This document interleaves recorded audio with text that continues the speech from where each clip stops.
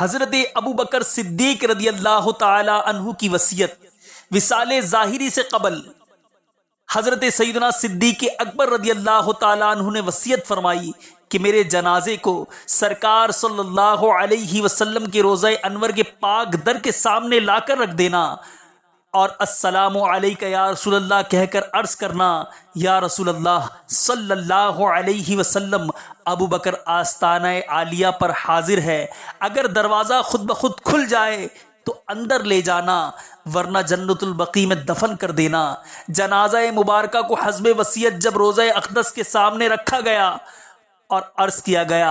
السلام علیکہ یا رسول اللہ، ابو بکر حاضر ہے، یہ عرض کرتے ہی دروازے کا تالا خود بخود کھل گیا اور آواز آنے لگی ادخل الحبیب الی الحبیب فإن الحبیب الی الحبیب مشتاق، یعنی محبوب کو محبوب سے ملا دو کہ محبوب کو محبوب کا اشتیاق ہے۔ تیرے قدموں میں جو ہے غیر کا منہ کیا دیکھیں، کون نظروں پہ چڑھے دیکھ کے تلوا تیرا۔